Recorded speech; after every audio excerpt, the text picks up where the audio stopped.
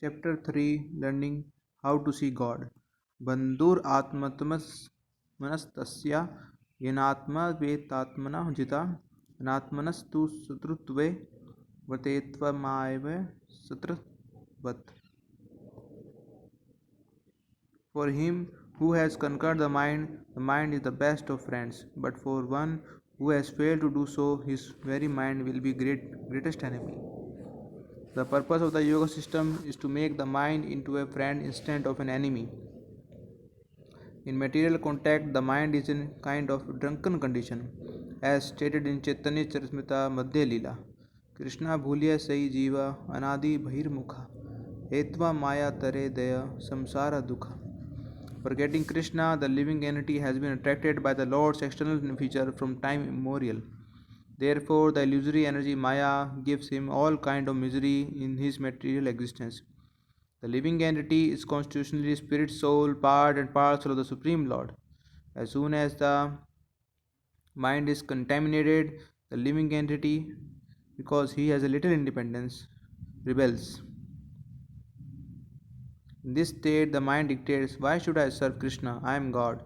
Thus, one labors under a false impression and his life is spoiled. We try to conquer many things, even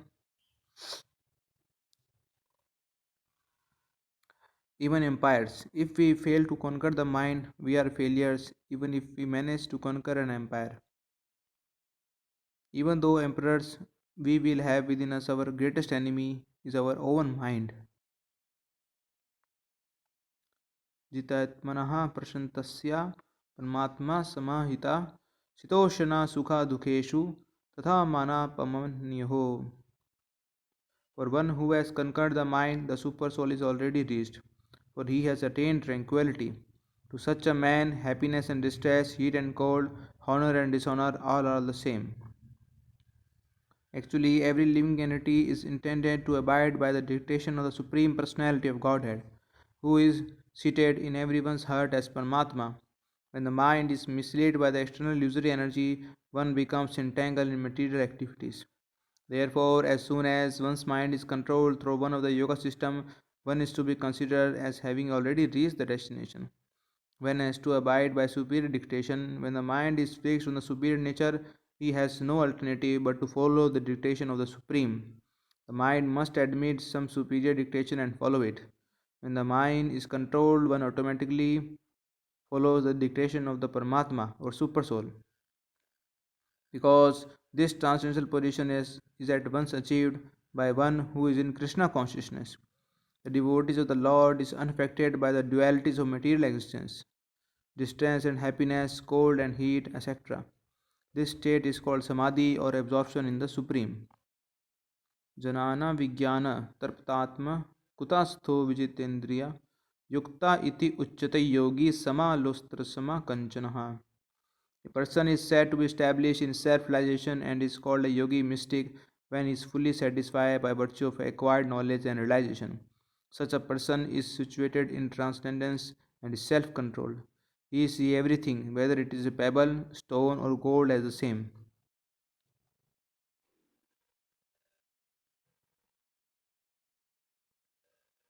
Book knowledge without realization of the supreme truth is useless. This is stated as follows. अथा कृष्ण नामादि न भवद्ग्राह्यम इंद्रिय सेवन्मुखी ही जीवादु स्वयं एव स्फुरत अथा. No one can understand the transcendental nature of the name, form, quality, and pastime of Sri Krishna through his materially contaminated senses. Only when one becomes spiritually saturated by transcendental service to the Lord are the transcendental name, form, quality, and the pastime of the Lord revealed to him. There are men in the modes of goodness, passion, and ignorance. And to reclaim all this conditioned soul, there are 18 Purans. 6 Puran are meant for those in the modes of goodness, 6 Puran for those in the mode of passion, and 6 for in the mode of goodness, ignorance. The Padam Puran is written for those in the mode of goodness. Because there are many different types of men, there are different type of Vedic rituals. In the Vedic literature, there are descriptions of rituals and ceremonies in which the god may be sacrificed in the presence of a goddess Kali. This is described in the Markandeya Puran. But this Puran is meant for the instruction of those in the mode of ignorance. It is very difficult for one to give up his attachment all at once. If one is addicted to meat eating and is suddenly told that he must not eat meat, he cannot do so. If one is attached to drinking liquor and is suddenly told the liquor is no good, he cannot accept this advice. Therefore, in the Puranas, we find certain instructions that say, in essence, alright, if you want to eat meat, just worship the goddess Kali and sacrifice a goat for her. Only then can you eat meat. You cannot eat meat just by purchasing it from the butcher shop. No, there must be sacrifice or restriction. In order to sacrifice a god to the goddess Kali, one must make arrangement for a certain date and utilize certain paraphernalia. That type of puja or worship is allowed on the night of the dark moon, which means once a month. There are also certain mantras to be chanted when the god is sacrificed. The god is told, your life is being sacrificed before the goddess Kali. You will therefore be immediately promoted to the human form.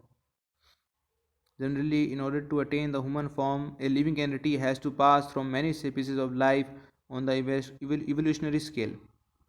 But if a god is sacrificed to the goddess Kali, he is immediately promoted to the human form. The mantra also says you have the right to kill this man who is sacrificing you. The word Mamsa indicates in this next life, the god will eat the flesh of a man who is presently sacrificing him. This in itself should bring the god eater to his senses. He should consider why I am eating this flesh, why I am doing this. I have to repay with my own flesh in another life. The whole idea is to discourage one from eating meat. Thus, because there are different types of men, there are 18 Purans to guide them. The Vedic literature are meant to redeem all men, not just a few. It is not that those who are meat eaters or drunkards are rejected. A doctor accepts all patients and he prescribes different medicines according to the disease. It is not that he gives the same medicine for all disease or that he treats just one disease. No, he offers a specific type of medicine to whomever comes, and the patient receives gradual treatment. However, the Sattvic Purans, like the Padam Puran, are meant for those in the mode of goodness, or for those who immediately are capable of worshipping the Supreme Personality of Godhead. In the Brahma Samhita, it is stated, Ishvara Param Krishna Sachidananda Vigraha. A supreme controller is Krishna, who has an eternal, blissful, and spiritual body. This is the Vedic pronouncement, and we thus accept Sri Krishna as the Supreme Lord.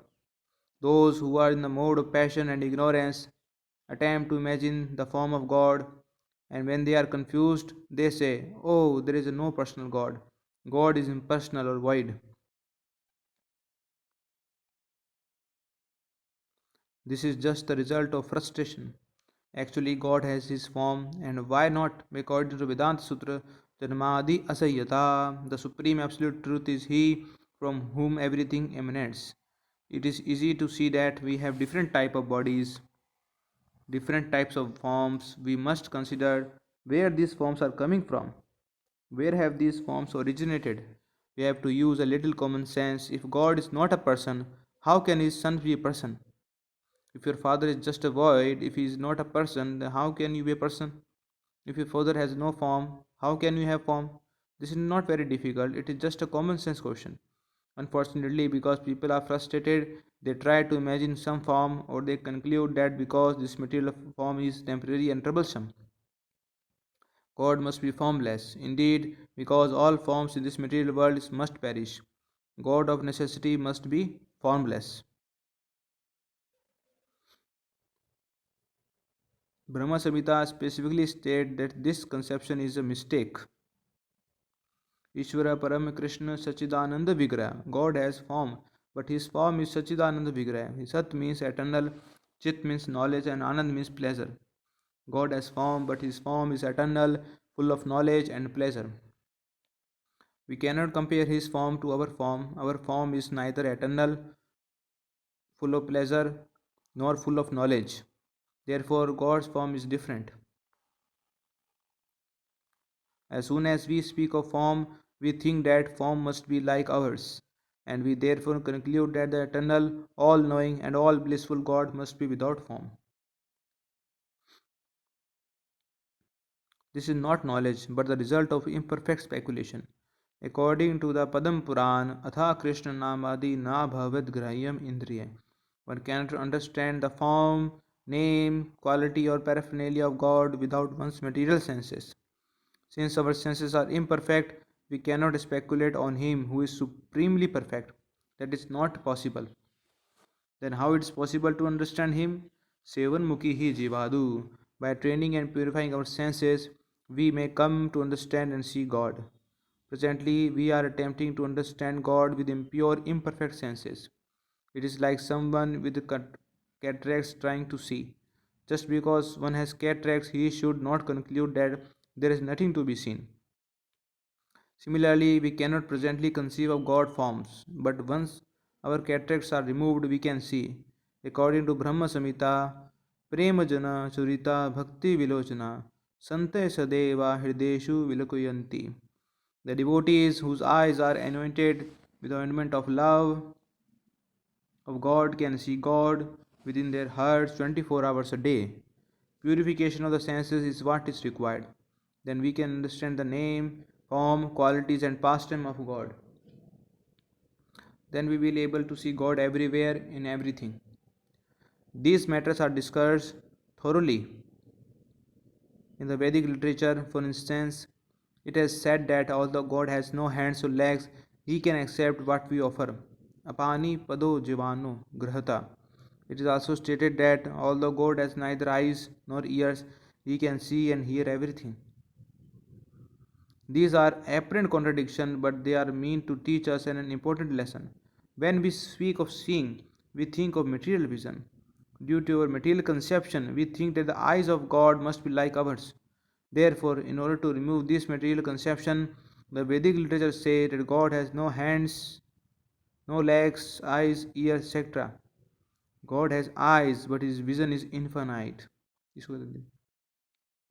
He can see in darkness and he can see everywhere at once. Therefore, he has a different eyes. Similarly, God has ears and can hear.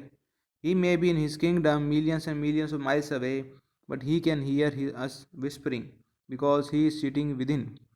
We cannot avoid God seeing, hearing, or touching. Patram pushpam thalamato yam yo me bhaktya prashchati tad aham bhakti ufaratam asnami priyatatmanha. If one offers me with love and devotion a leaf, a flower, a fruit, or water, I will accept it.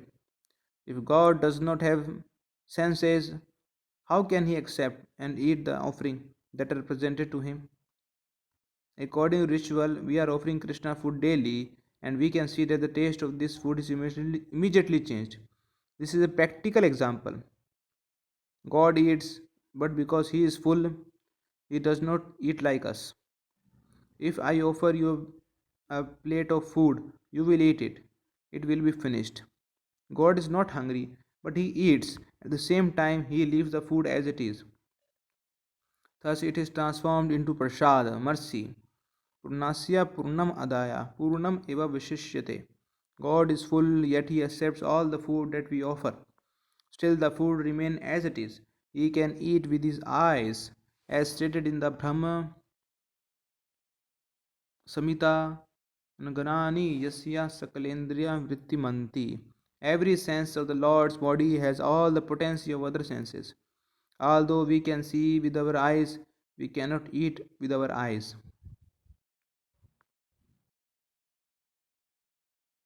The senses of God, however, being infinite, are different.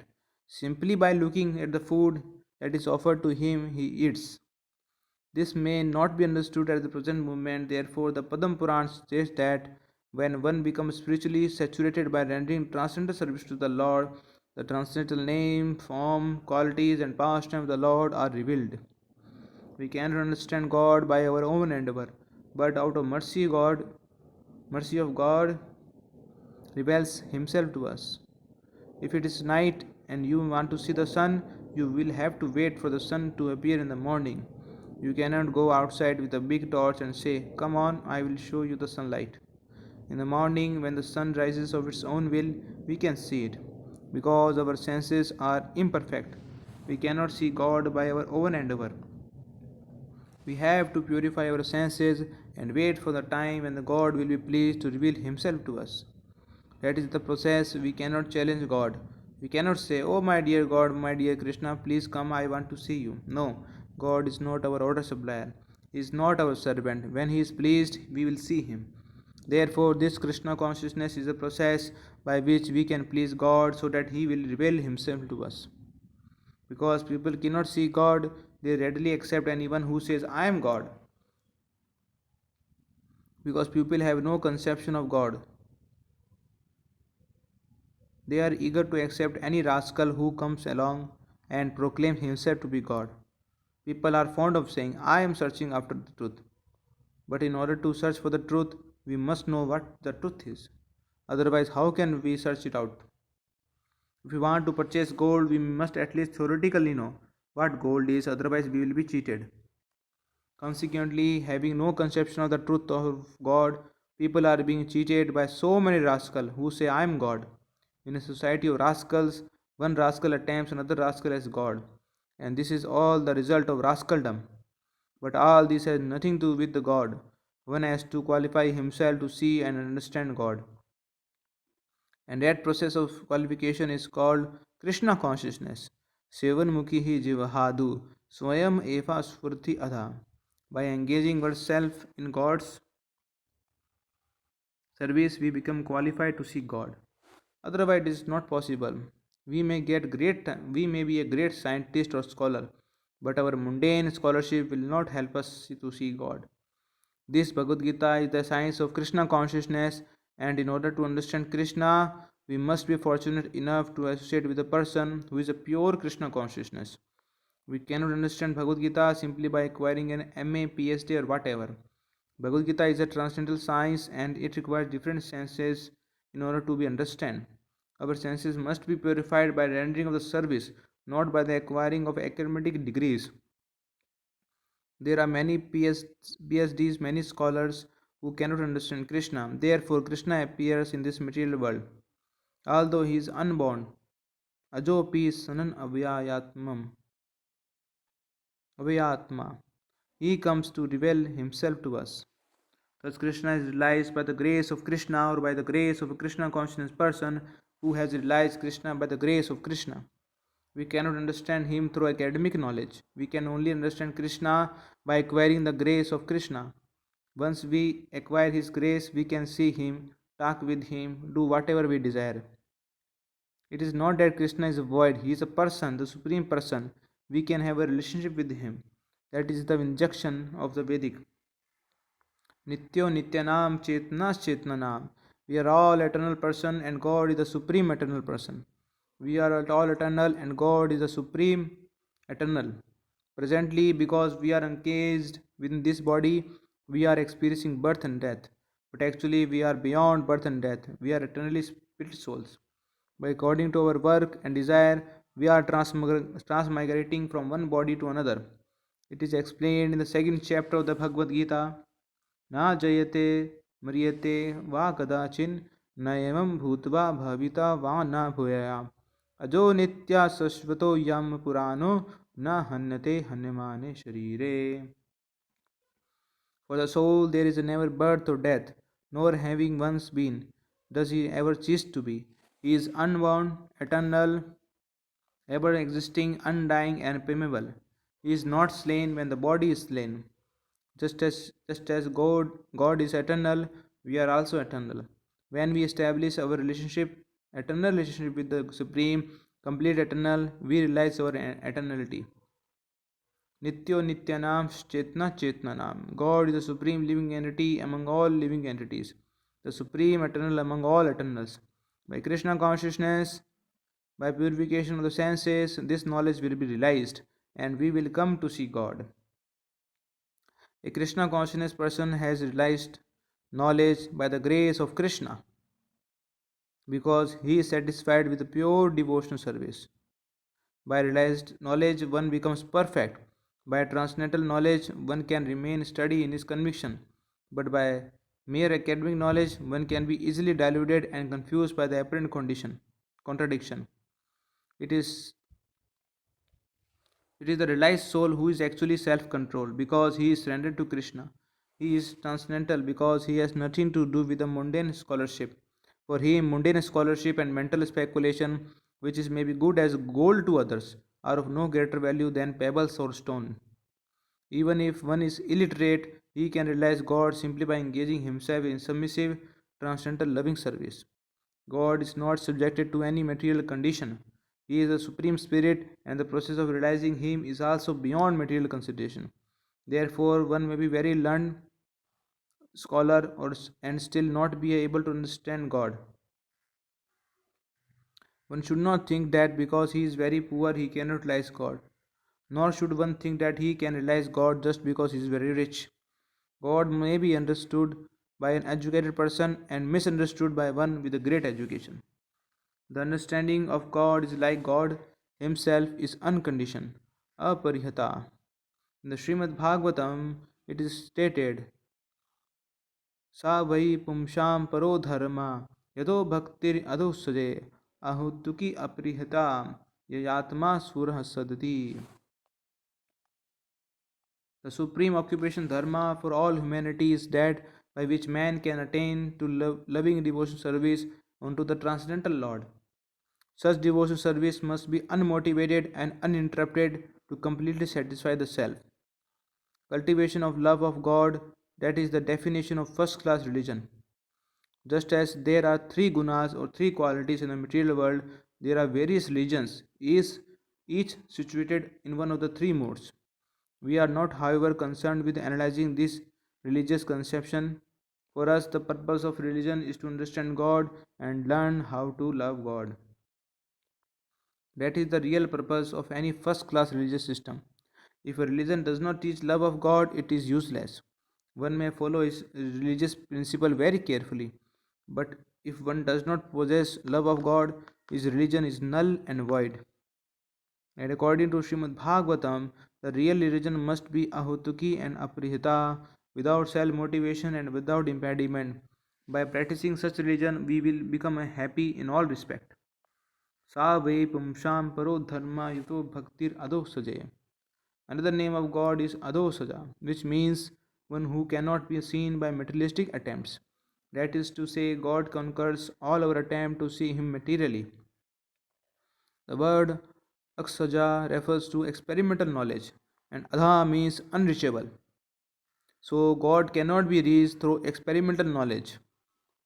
We have to learn to contact Him in a different way through submissive hearing and the rendering of transcendental loving service.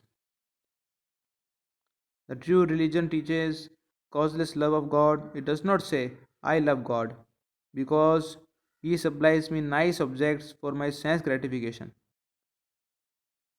That is not love. God is great. God is our eternal Father. It is our duty to love Him.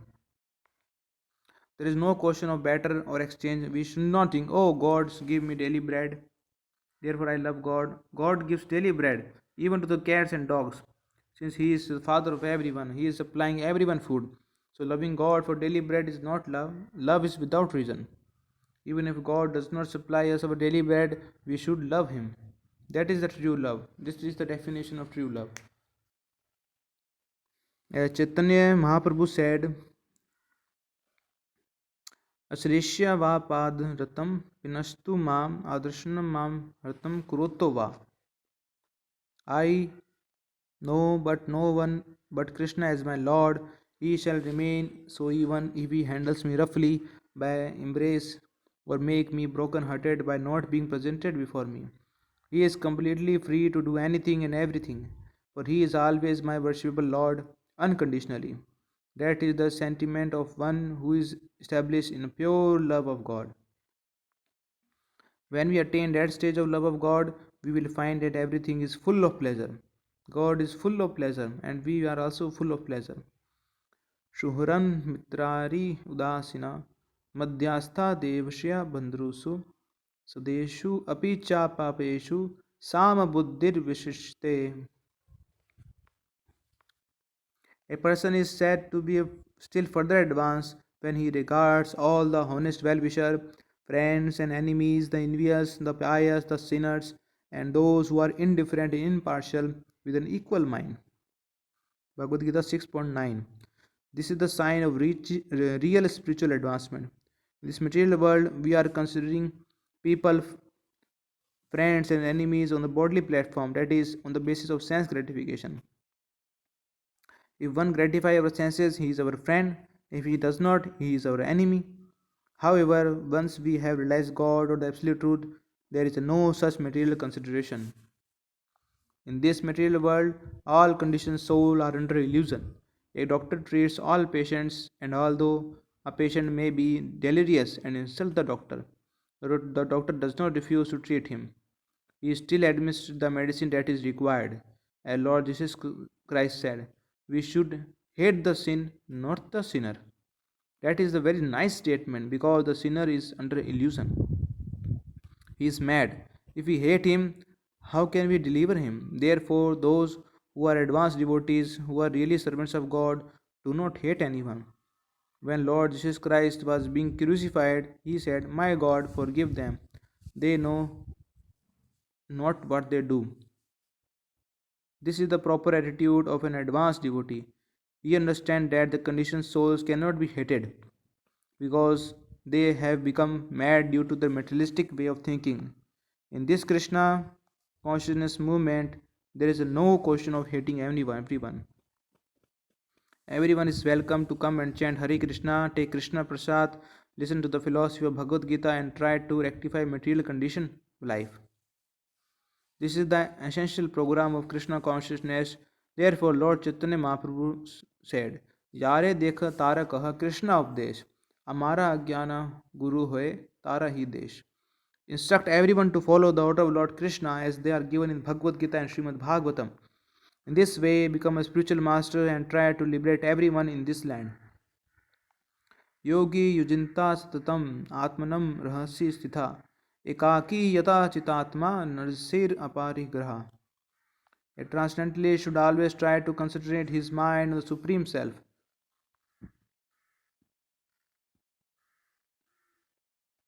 He should live alone in a secluded place and should always carefully control his mind.